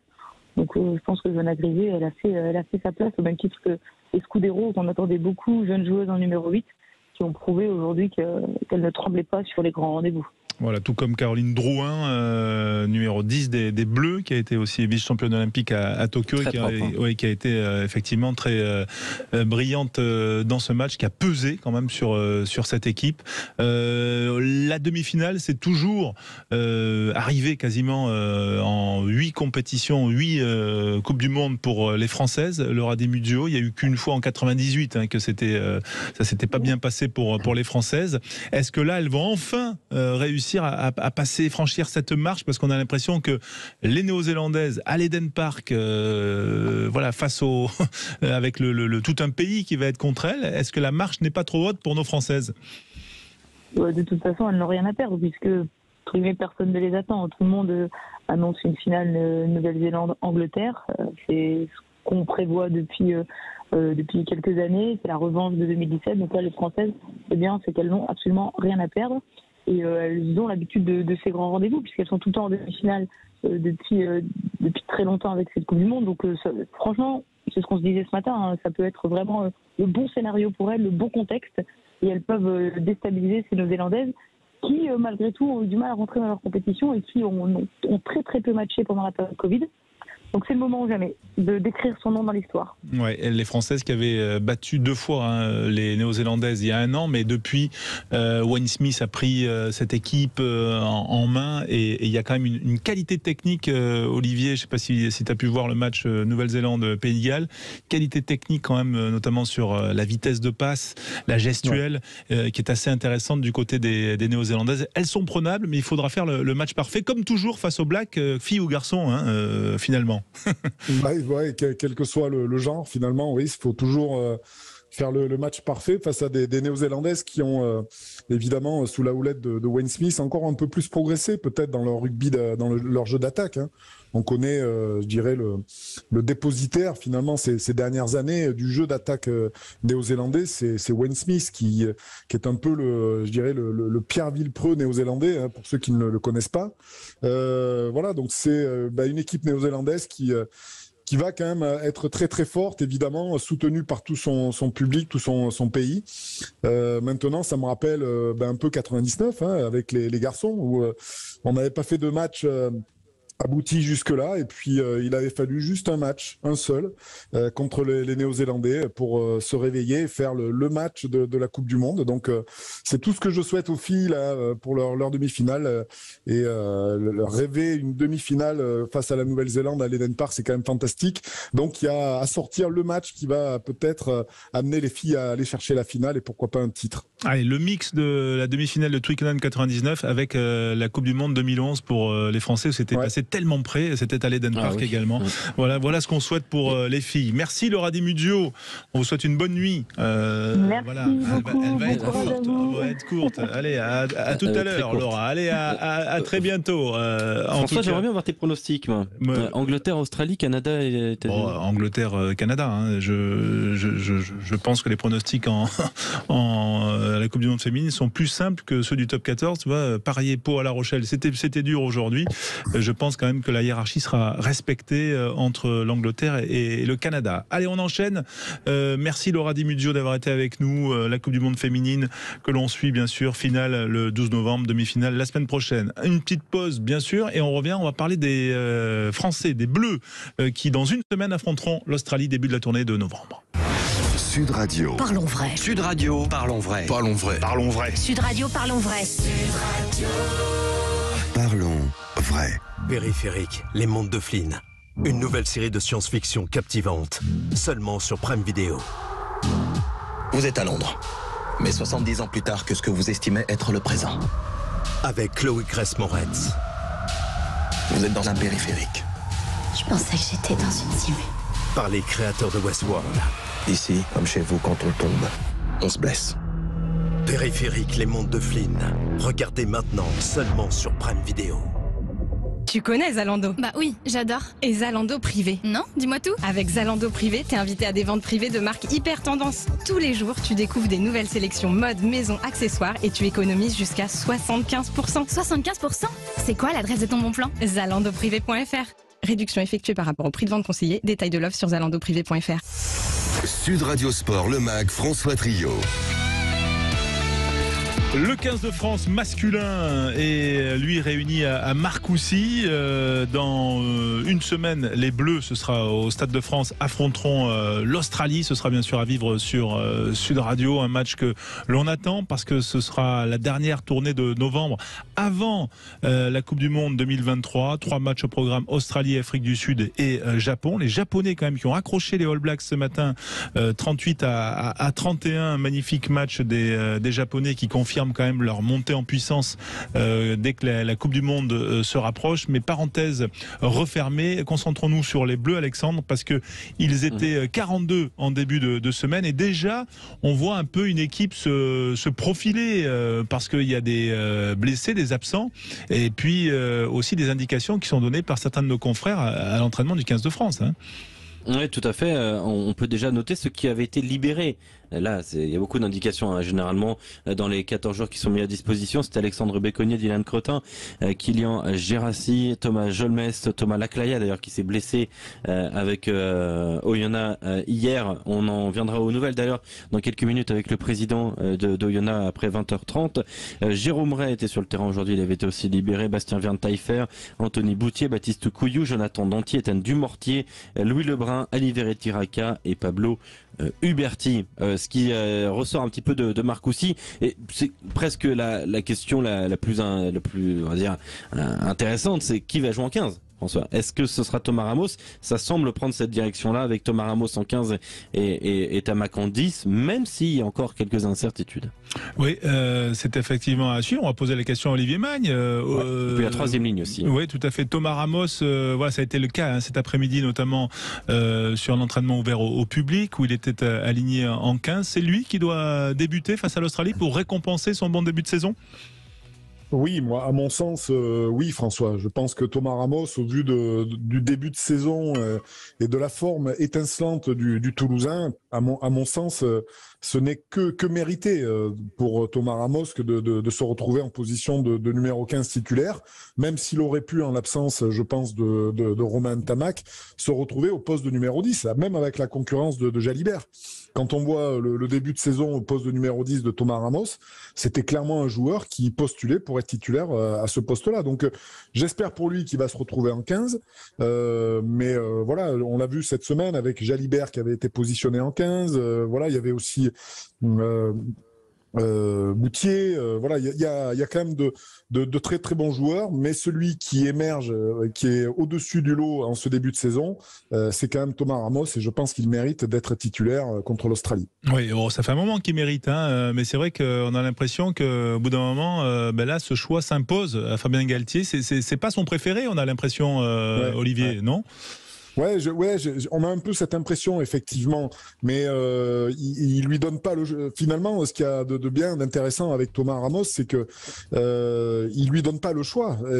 C'est un formidable compétiteur. On se rappelle ses déclarations avec le Stade Toulousain en fin de saison dernière, avec l'arrivée de Jaminet, de Capuzzo. Thomas Ramos, il avait l'occasion de partir dans beaucoup de clubs, il était sollicité, mais lui, il a préféré dire non, moi je suis Toulousain, je veux le rester.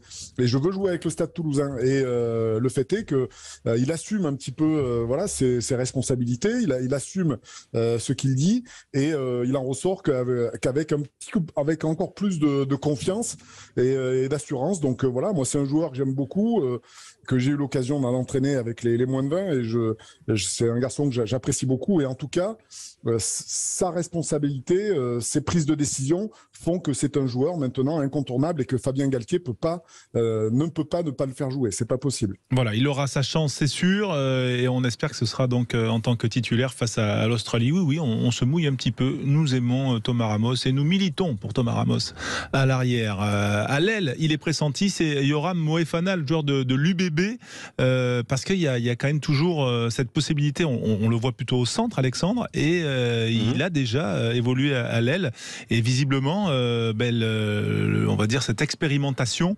elle va encore se prolonger.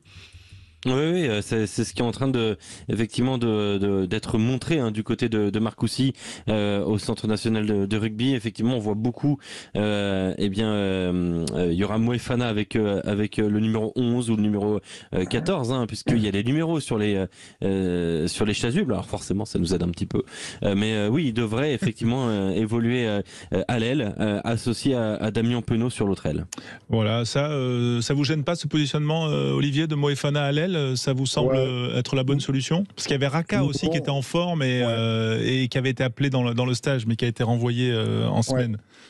Ouais, non, j'ai une préférence pour Moefana, pardon.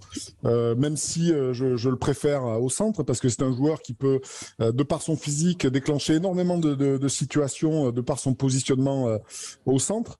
Mais à l'aile, c'est un joueur évidemment qui, tout comme Damien Penaud, est un excellent centre et capable aussi à l'aile évidemment de faire de très très bonnes choses. Donc voilà, c'est deux ailiers redoutables. Romain Ntamack n'a pas joué depuis le 11 septembre, blessé à la cheville. Il a peu joué, Romain Ntamack. Il s'entraîne avec le 15 de France. Il était même un peu dans l'équipe, entre guillemets, dite des titulaires aujourd'hui. Doit-il débuter? Et est-ce, on va dire, une bonne chose que Romain Ntamack débute ou pas? Ou c'est aussi l'exposé, Olivier? Non, je pense pas. Je pense que Romain Ntamack est un grand professionnel et que c'est un joueur qui a donné, je dirais, l'assurance au staff de l'équipe de France qu'il était en pleine possession de ses moyens. Je pense pas que c'est un joueur qui triche et qui peut se présenter avec le Rassemblement national sans être à 100% de ses possibilités. Le fait qu'il n'ait pas joué depuis quelques semaines maintenant fait que oui, ça peut évidemment, il peut manquer un petit peu de rythme, mais voilà, dans cette équipe, il est tellement bien, je dirais, entouré, tellement bien intégré que c'est un joueur quasiment maintenant indispensable à ce 15 de France. Oui, c'est aussi lui montrer que c'est le patron, entre guillemets. On a longtemps parlé de sa concurrence avec Mathieu Jalibert. Là, on a l'impression qu'on n'en parle plus et qu'en plus, même quand il sort d'une longue période de blessure, on le promeut patron. C'est aussi important à quelques mois de la Coupe du Monde. Ouais, bien sûr. Il est pas question, je pense, pour Fabien Galtier d'insérer ou de mettre le doute dans les têtes de ces joueurs. Alors évidemment que il y a toujours cette concurrence qui existe entre Jalibert et Ntamack, mais pour débuter, je pense, cette tournée, je pense que Fabien Galtier va pas se priver de faire jouer un garçon comme Ntamack, qui connaît parfaitement toutes les combinaisons de Laurent Labitte, qui connaît évidemment tout le jeu de l'équipe de France par cœur, et dont les adversaires évidemment craignent énormément cette charnière Dupont-Ntamack. Donc il peut pas se passer, je pense, aujourd'hui d'une charnière comme celle-là. Dupont, promu capitaine, bon, on n'en parle même pas de sa titularisation, elle coule de source, bien évidemment, le meilleur joueur du monde, mais il a été confirmé comme capitaine. C'est une bonne chose ou ça peut, Olivier, vous avez vécu ça, il y avait eu Ibanez, Pelouse, vous étiez également un des vice-capitaines, un des patrons de cette équipe. Est-ce que ça peut créer on va dire, ça peut fissurer le groupe, entre guillemets ? Je crois pas. C'est vrai que Antoine Dupont est un garçon qui finalement ne s'intéresse pas au capitanat. Ça a pu être le cas. Hein, je pense. Vous l'avez eu en moins de 20 aussi, hein, on le rappelle. Hein. Oui, tout à fait. Ouais. C'est des garçons qui s'intéressent pas du tout au capitanat, mais qui se sont très heureux d'être titulaires, d'être dans l'équipe, dans le groupe, et donnent le maximum de ce qu'ils ont à donner, en tout cas quand ils sont présents dans l'équipe. Et le capitanat, finalement, pour eux, n'a pas d'importance, hein, comme ça peut en avoir peut-être pour d'autres.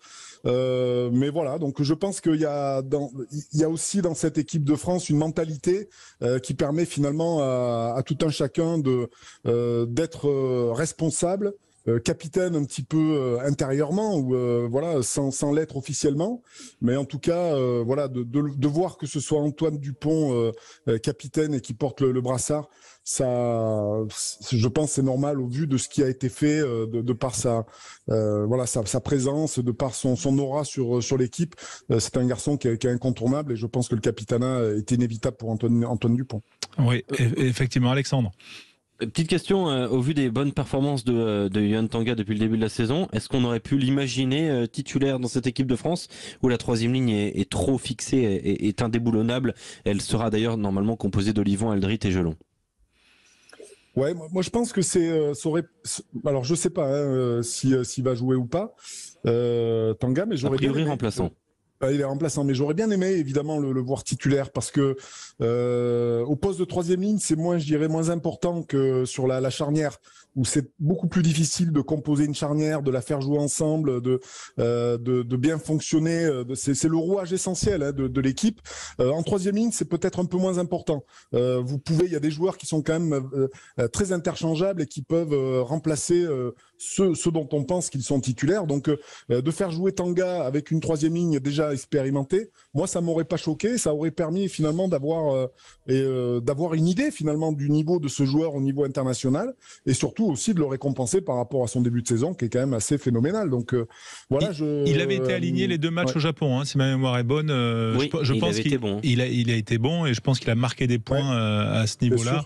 Et après, les places sont chères et c'est aussi ça quand on est numéro 2 mondial aujourd'hui tel qu'elle est le 15 de France. Je crois que c'est ça le ranking, Alexandra, du... Oui, globalement, je ne l'ai pas en tête. Oui. Voilà. J'essaye toujours de vous coller quand même. Mais ça aurait été, je pense que ça aurait été intéressant de voir Tanga pas sur un match contre le Japon où finalement, on l'avait vu cet été, les Japonais étaient plus ou moins diminués. C'était des conditions assez difficiles. Mais de voir Tanga dans un match au Stade de France contre l'Australie, ça aurait pas été inintéressant de voir comment ce garçon aussi supportait une forme de pression qui vient quand vous jouez au Stade de France. Voilà, avec une composition ensuite qui pourrait être Willem Sewoki, Antonio Marchand et donc Priso, puisque le poste de pilier gauche à la suite de la blessure de Jean-Baptiste Gros et de Cyril Bay. Quand même, hein. Voilà. Cyril Bay joue sur la feuille de match ce soir. On va aller à Bayonne justement dans un instant. Restez bien sur Sud Radio parce que l'avant-match approche de ce Bayonne-Toulouse. Sud Radio. Sud Radio. Parlons vrai. Parlons vrai. Sud Radio. Parlons vrai. Leclerc. Le goût du frais, ça se défend tous les jours. Moi aussi, j'aimerais pouvoir manger français. Et de saison. Eh oui, c'est important. Mais pas question de payer plus cher. Bah justement, regarde ces belles endives françaises et à 1,89€ le sachet d'1 kilo. Waouh! On les prend et on les fait en salade avec des noix? Ah non. Mais pourquoi non? Puisque je préfère braisé ou au jambon. Tout ce qui compte pour vous existe à prix Leclerc. Du 28 au 30 octobre, catégorie 1, modalité magasin et drive participants sur www.e.leclerc. Sud Radio Nice 97.9 et en DAB+. Sud Radio. En France, un enfant sur 50 naît autiste. Depuis 2001, Vaincre l'autisme construit des solutions pour que les enfants et leurs familles vivent vraiment mieux. Futuro School, l'école bienveillante qui s'adapte aux enfants autistes. Up to You, notre savoir-faire à disposition des parents en télésanté. Paris Mixité, le programme d'insertion professionnelle en milieu ordinaire. Découvrez et soutenez nos solutions sur www.vaincrelautisme.org. Sud Radio Sport, le MAG, François Trio. Avec vous les auditeurs Sud Radio dans 35 minutes sur le coup d'envoi du match Bayonne-Toulouse, c'est du top 14 bien sûr, la Pro D2 dans un instant. Mais avant cela quand même Alexandre, on a un invité qui est Thierry Hémin qui nous attend quelques secondes. Avant cela on lance un jeu parce qu'on a aussi des places à faire gagner, ça c'est le plus Sud Radio, voilà, on aime le rugby, on nous écoute et en plus on peut gagner des places. Ouais, alors tout à l'heure on a fait gagner 2 places pour Toulouse Stade Français Paris, le match c'est samedi prochain à 15h et on augmente la dose. On augmente la posologie, François. On fait non pas 2 places, mais 2 fois 2 places qu'on fera gagner. Voilà, à 2 personnes différentes dès maintenant au 0826 300 300 0826 300. 300, c'est 5 centimes l'appel. Vous appelez, vous remportez vos 2 places pour le classique du rugby français, Stade Toulousain, Stade Français, et 2 gagnants dans un instant sur notre antenne, avec donc 2 places chacun. Oui, Thierry Hémin ne pourra pas peut-être aller voir ce match Toulouse-Stade Français, donc on va dire éviter de le faire jouer. Bien sûr, mais on est content de l'accueillir, le président d'Oyonnax qui caracole en tête de la Pro D2. Bonsoir, président. Bonsoir François. Merci d'être avec nous en direct. Oyonnax, je le disais, qui caracole. Alors c'est peut-être pas le mot, mais en tout cas, on sent votre équipe qui l'a emporté 25-3 hier face à Carcassonne. On l'a vécu sur l'antenne de Sud Radio, mais on sent quand même cette équipe qui est un petit ton au-dessus. Déjà dans le deuxième bloc, ça se dégage. C'est comme ça que vous le ressentez. Je suis sûr que vous allez me dire pas vraiment. Ouais. En fait, ce qu'on ressent nous, c'est que l'équipe a progressé par rapport à l'année dernière, donc c'est ce qui nous paraît aujourd'hui le plus important. On a un bilan plutôt favorable effectivement sur ce début de saison, mais on a un bilan de matchs à domicile plus important que de matchs à l'extérieur, donc ceci explique peut-être cela. Mais effectivement, hier on a un match par exemple très dur contre Carcassonne parce qu'ils ont été très performants, mais on sent qu'on a franchi un cap parce qu'on a réussi à marquer le bonus à la fin, peut-être qu'on l'aurait pas fait l'année dernière. Donc voilà, c'est ce genre de détails qui nous font dire que peut-être qu'on est une équipe peut-être un petit peu plus compétitive cette année. Voilà, peut-être qu'aussi cette saison l'an dernier qui vous avait mené jusqu'en barrage, vous aviez été éliminé par Bayonne en demi-finale. En demi-finale. Pardonnez-moi, mais c'est vrai que vous êtes passé tout près du but de l'accession. C'est toujours l'objectif avoué ou on reste un petit peu on voile un peu l'objectif pour pas trop se découvrir? Wow, ça fait 3 saisons de suite. Alors, il y a eu le Covid, la saison arrêtée, mais sinon, ça fait 3 demi-finales de suite que l'on perd. Donc, on en a un peu marre de s'arrêter à ce stade-là de la compétition. Et effectivement, on a l'ambition de vouloir franchir encore un cap et puis de jouer cette finale. Et puis après, on verra bien, mais on se cache pas beaucoup. On se cache pas beaucoup sur notre ambition. Et c'est bien parce que, Alexandre, vous qui faites vivre aux auditeurs Sud Radio tous les vendredis soirs ces belles soirées de Pro D2 en multiplex, vous pouvez le dire, vous avez quand même l'impression qu'Oyonnax est, avec Agen, on va dire, les 2 porte-drapeaux de cette saison. Ouais, effectivement, au-dessus du lot, Oyonnax, même avant la saison, les autres managers et la plupart des supporters déjà pointé Oyonnax comme favori pour ce championnat 2022-2023. Ce qu'on voit pour l'instant est conforme effectivement à cette équipe d'Oyonnax. Moi, je voulais poser une question au président Hémin. Vous dites que votre équipe elle a progressé, mais sur quel point elle a progressé? Qu'est-ce qu'il fallait corriger dans le jeu? Oui, il fallait être plus performant encore, même si on avait été en classement de la défense, une bonne performance l'année dernière, mais il fallait être encore plus performant. Et aujourd'hui, on a la meilleure défense, on a aussi la meilleure attaque. Donc je pense que ça, c'est des points qui sont essentiels dans notre jeu et puis dans la finition. Je crois qu'aujourd'hui, on a recruté 2-3 joueurs qui nous permettent de pouvoir être peut-être performant. On va citer Joe Raboubou, on va citer Gavin Stark qui malheureusement est blessé, il n'a pas pu jouer encore beaucoup, mais il a quand même joué, on a vu ses qualités offensives. Et puis devant une équipe beaucoup plus complète, plus homogène, je pense, au niveau de la deuxième ligne. On a 5 deuxièmes lignes qui peuvent postuler dans l'équipe. Donc voilà, je pense que, et puis peut-être notre ami Thomas Laclaya qui aujourd'hui comment il va est sous les feux de la rampe. Ça allait plutôt pas trop mal hier au soir. Il est plutôt sorti par précaution. Il pensait peut-être une petite contracture au biceps, mais il y avait déjà des douleurs un peu dans la semaine, donc c'est un peu réveillé et on a préféré pas prendre de risques pour lui. Parce que la période est importante pour ce joueur. Voilà, Thomas Laclaya, on le rappelle, qui faisait partie des 42 avec l'équipe de France, qui est revenu en milieu de semaine, faisant partie des 14 joueurs renvoyés dans leur club. Olivier Magne est avec nous, bien sûr. Il a toujours un œil avisé sur la Pro D2. Que vous inspire cette Oyonnax version 2022-2023, Olivier?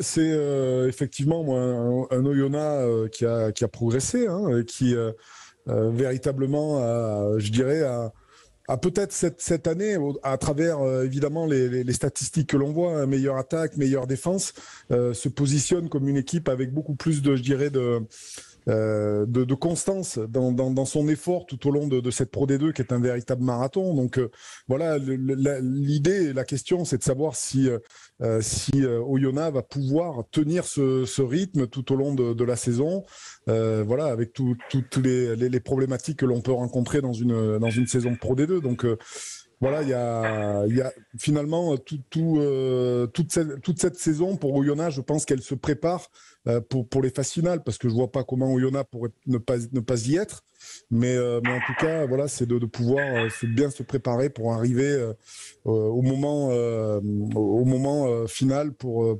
être capable, je dirais, de gérer au mieux la pression et tout ce qui peut arriver quand débarquent les phases finales.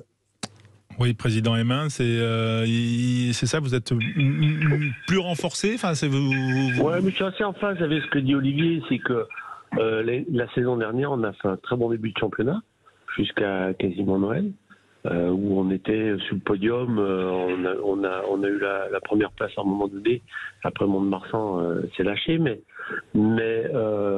et après on a eu un trou d'air pendant le début de l'année, qui a fait qu'on n'a pas pu finir dans les deux premiers. Et je crois que c'est là où on doit encore s'améliorer. Je parlais du recrutement, je crois qu'on a beaucoup plus de joueurs sur toutes les lignes qui peuvent nous permettre justement d'avoir cette constante toute l'année et essayer de tenir au moins le podium voilà, jusqu'à la fin. Vous avez vécu, président Hémin, les montées en top 14, la redescente aussi. Là, on est, on va dire, à un an d'une nouvelle saison. Est-ce que déjà, votre métier de président, c'est déjà de vous projeter sur une éventualité de montée ou un scénario de maintien en Pro D2? Oui, bon, on se projette. Hein. Nous, on se dit de toute façon qu'avec la petite ville que nous sommes et le territoire que représente le haut budget, doit performer. Donc, on est en train de travailler sur un projet effectivement d'extension de notre zone de chalandise sur le Grand Est pour essayer d'aller chercher un petit peu plus loin. Nous, on sait que la formation restera un élément clé pour notre survie dans le futur, mais aussi les partenaires.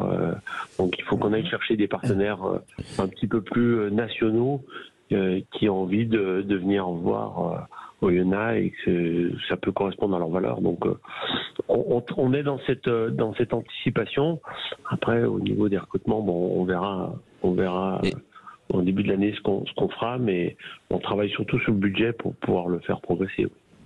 Thierry Main, on était tout à l'heure avec le responsable du recrutement du Stade Français Paris, Christophe Moni, qui soulevait le fait qu'avec les nouvelles restrictions accrues autour des GIF, les clubs de top 14 recrutent de plus en plus français, voire parfois exclusivement français, et notamment en Pro D2.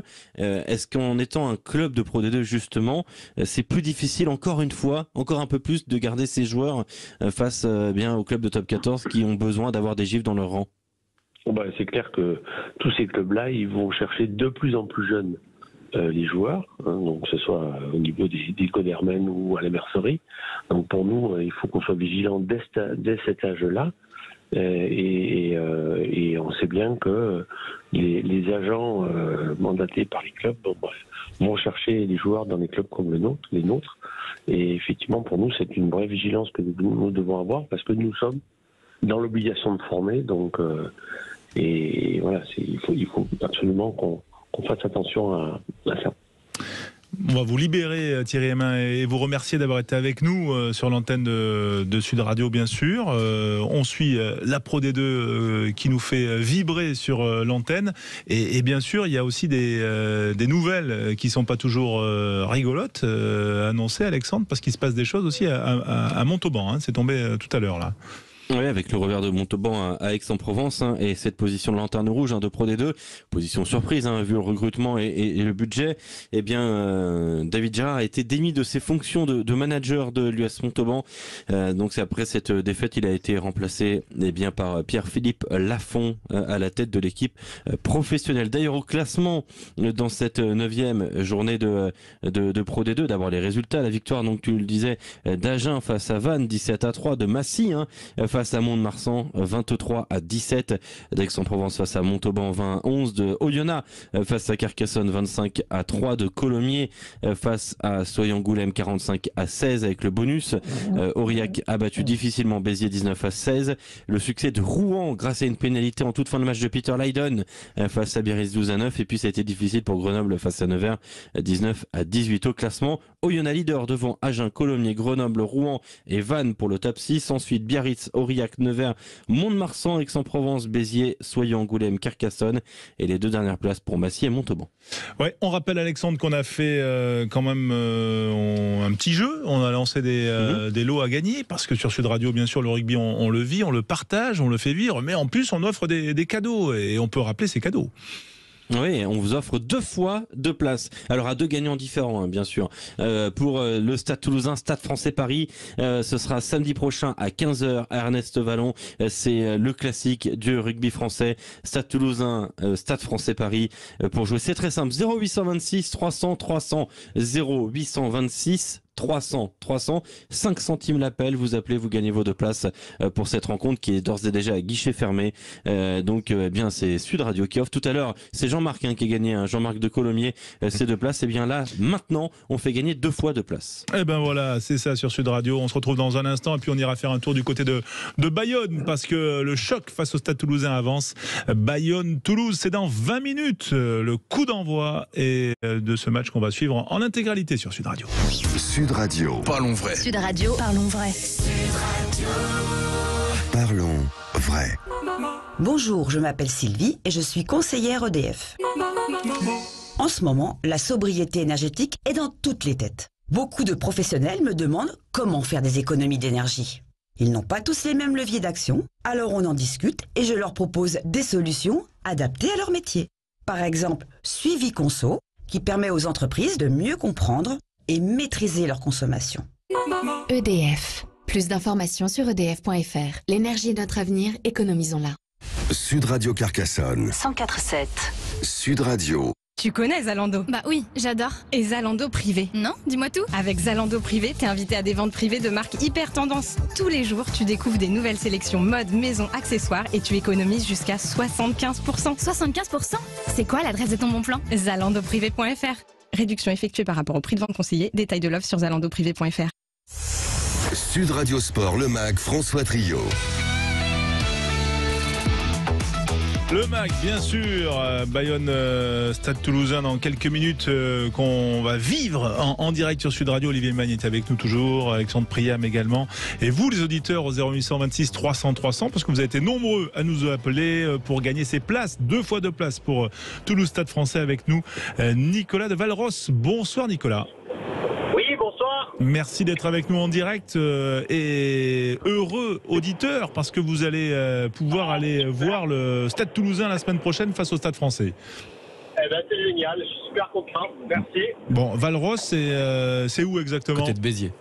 Alors, Ouais, Valros, c'est à côté de Béziers, c'est dans le 34, mais à la base, je suis de Toulouse, en fait, c'est pour ça. D'accord. Et donc forcément satisfait du début de saison de votre équipe quand même, qui a une longueur d'avance. Quand on est toulousain, même quand on s'expatrie du côté de Béziers, on reste toujours fervent supporter du stade.